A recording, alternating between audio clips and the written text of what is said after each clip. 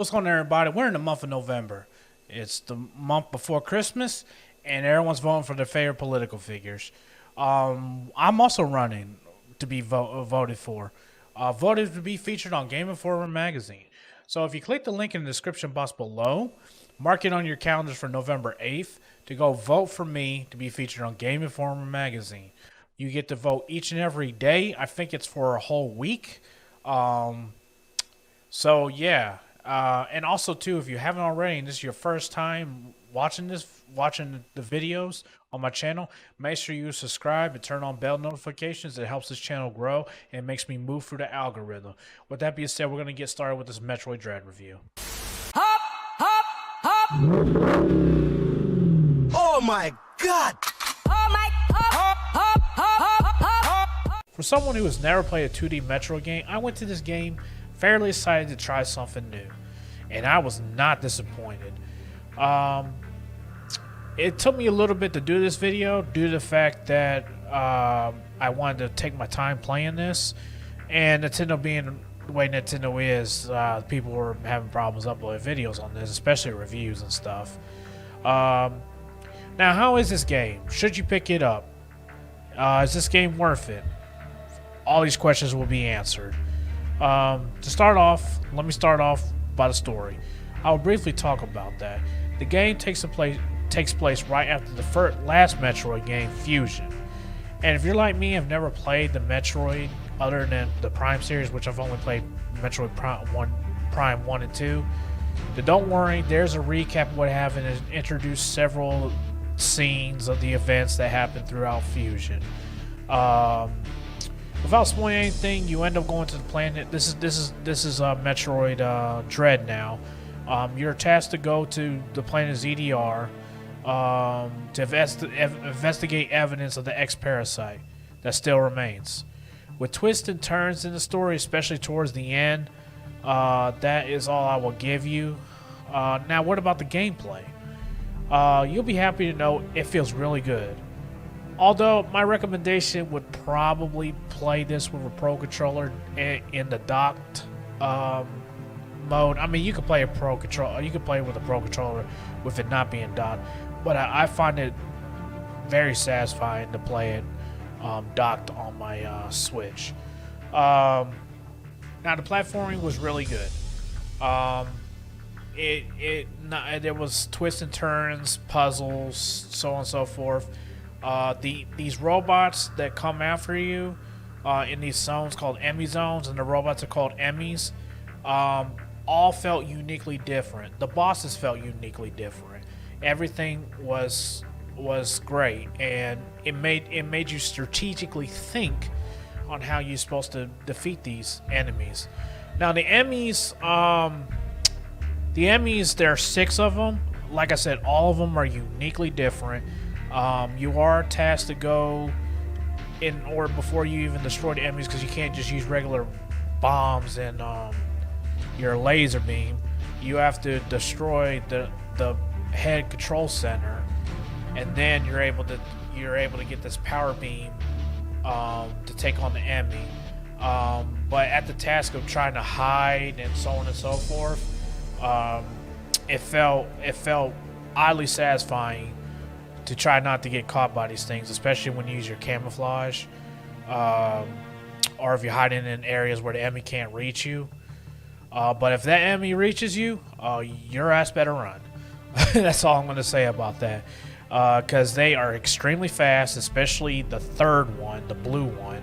I think it was the blue one, the one that gave you the super speed. Which, by the way, if you defeat these enemies, you end up getting the super speed ability. I mean, you end up getting the abilities, whether it be super speed, you get the morph ball, the power bomb, so on and so forth. The bosses also, once you defeat them, also will give you unique abilities like cloak, the freeze beam, and many others. Now, there is a couple of things when it came to the platforming. This game is you can easily get lost My suggestion is to check every nook and cranny, like shoot at it, because there is hidden blocks, just like there is in the Mario platform games. So you want to keep that in mind, because I got lost several times and I had to research it just to do it. Now, I have 3 cons or negatives for this game. One of them is just me being nitpicky. The first one's the aiming system. The aiming on this game felt very awkward. I did not like the aiming, especially when it came to trying to kill the bosses and enemies. You have to be extremely precise. This is even with a Pro controller. It's easier to do with a Pro controller, but if you're using like your regular Joy-Cons, forget about it. It's extremely difficult, and I know people are gonna tell me that that's how the game plays, but come on, man. This ain't the SNES and NES days. This is 2021. We're going into 2022. The aiming system could have been a little bit better, but that's just me. The loading times, like going through transition to areas from point A to point B, was painfully slow, like extremely slow. Like using the teleporters, the elevators, the trains, it takes forever to load into the next area. And it's probably because the Switch is not the powerful console. I mean, ain't no PS5 with a NVMe SSD and all that. But I mean, it could have been a little bit faster in my opinion. I'm not sure. I don't know if it might have been me, because I had it on an SD card. I have the game digitally downloaded on an SD card. That could be it, but it was extremely slow, and that is one of my cons on that. Last one, this is just me being nitpicky, like I said in the beginning, is I wish there was a fast travel, like especially when you're going back towards areas, trying to get all the bombs, all the health, all the abilities, all the extra stuff, the collectibles. It would have been nice if they added like a fast travel, but I mean, I guess this is how these games roll, and they don't do fast travel. It just would have made this playthrough a little bit easier if there was a fast travel. So what are my thoughts on picking this game up? Is this game worth picking up? Should you buy a Switch for it? I'm gonna answer all those as well. Is this game worth picking up? Yes. Every dollar. $60, please pick this game up at full price. This is not a go on sale, although we're in the holidays and Black Friday is coming up. I would pick it up either way. Is this game worth picking a Switch up? Yes and no. That question, as far as the Switch is concerned, you should not pick up a console just for one game, rather than many games and the features that go along with the console. But yes, if you end up going to the Black Friday deals or whatever holiday sales they have at like GameStop, Target, so on and so forth, I would recommend picking a Switch up and picking this game up. You might come across deals. I would pick them up. I would pick both of them up.